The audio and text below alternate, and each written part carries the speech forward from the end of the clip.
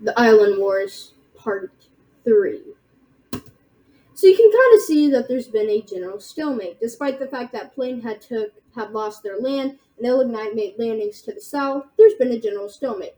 So the question now is, who will be the one to break the stalemate? Who will be the one to continue the war? Well, spoiler alert, it was Plains. No surprise there, generally. So let's see what they do. Plain wanted to get back its old territory due to the fact it was resource rich. So they began making preparations for both Ilignite and Plain to make massive pushes into Hortia. The only problem is that Hortia has a pretty armed border, as you can see. But there did happen to be one area in which Hortia did not really have a militarized border there. So they decided to hit there with everything they had. Plain gathered their forces and with this man in charge, they made a pummeling push into the territory. But to the south, they needed to secure their flank, so they prepared their forces. And while Hortia attempted to make a decisive victory into the south as they entered the territory, they still lost regardless and were forced out. Now, if they could capture the northern tip and then squeeze in on both sides and prevent Hortia from escaping, they just might be able to encircle forces in the north. So they prepared by getting forces to this side over here to begin the push.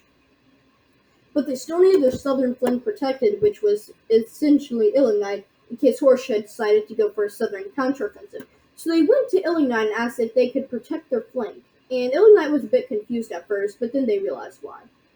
So Ilignite prepared the forces. So you can kind of see that things are starting to head downhill for Hortia, with new offensives in their lands, and the fact that Ilignite is now ready to attack again. Plain still wants to continue the push and completely surround, but they've decided not to land in the north tip here, but instead just to cut them off. So they ready their forces and continue the push. But Ilignite decides to have plans of their own. If they could capture Evandale, it would surely, hopefully, force Hortia into surrendering. So they prepare. They prepare to capture Evandale while Plain prepares to push further into Hortia territory. But they still need to secure the south first. So they prepare and cover the south while forces begin to advance in the north. They hope that if they can make the push against them and make a cut off here, that they'll be able to destroy them and secure the south flank. So they do that, but unfortunately they are just cut out of the city of Ishi. And there was a battle in the south, but no one really paid attention to that because it wasn't that significant. The only significance to that is that Plain secured its south flank. Wow, that rhymed. Anyway, Ilignite makes landings to the north as they burst through enemy lines. They get right to the city of Evandale itself. However, Hortia forces were ready for them. They have an army at the capital always. So the Battle of Evandale began. Battle laid out like something like this, and forces spread across a little line here. This is representing the line.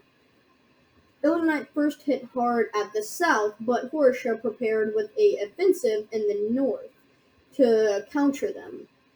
Reinforcements arrived over there, and despite the fact that Ilignite hit harder in the south, they were still forced to retreat or they would have been encircled. So the Battle of Evandale was won by Hortia.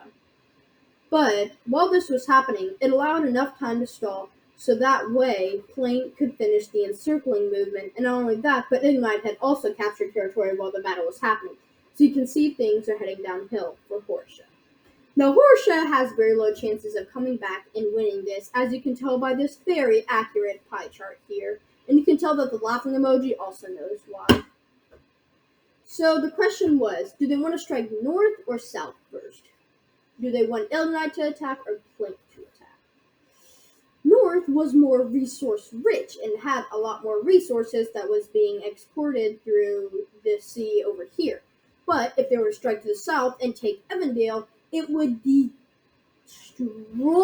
the morale for Hortia because it was already low.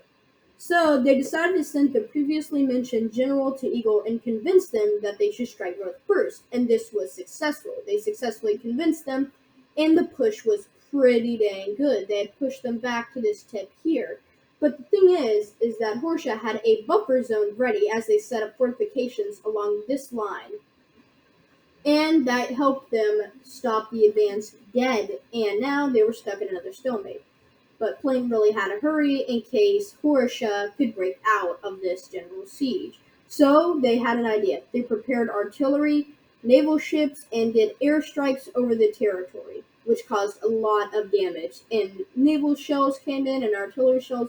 It was absolutely destructive with an estimated price of over $1 billion in damage. However, it was successful, and they successfully captured the northern tip, leaving it all down to Illinois to finish the job.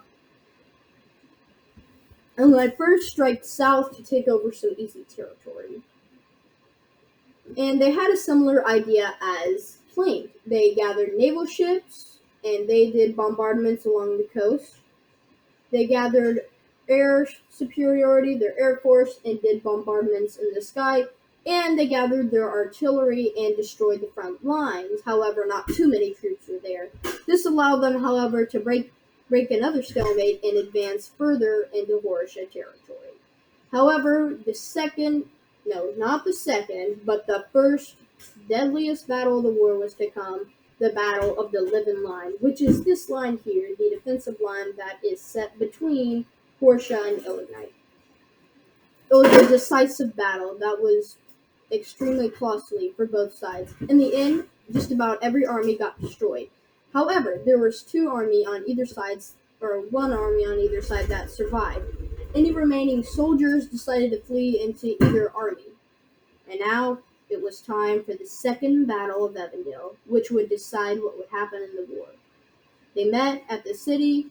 Illinois waited and waited and waited, slowly starving out Horusha, until Horusha just couldn't take it anymore and decided to attack.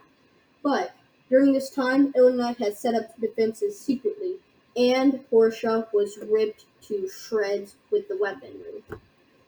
Despite the fact Horusha fought hard and left reinforcements in the city to help fight in case Illinois decided to attack, there wasn't much. While there was a few really small, unnoticeable armies within the Horusha land, it was easily conquered. This meant the war had finally ended in a victory for the Double Alliance. So what happens now that the war is over? Well, 5 different things happen. The first thing is that the island is divided between either side, so that way they don't have any more confusing borders, and they can finally have an easy border with one nation on each side, Plains over here, and Illinois over here. The second thing is that Plains' capital is moved closer to the lake over here because it has no point serving in the Illinois territory, despite the fact they are good allies. It was also put near the lake because fishing was good business. The third act is the Reconstruction Act.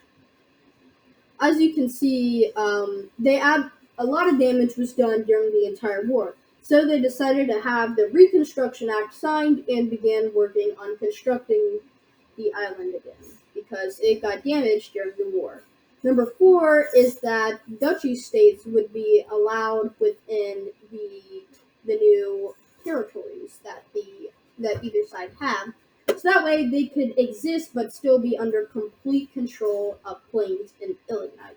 And finally, they made their military alliance, official since war, because they thought that maybe after war, neither side wanted to be allies and conquer the entire island.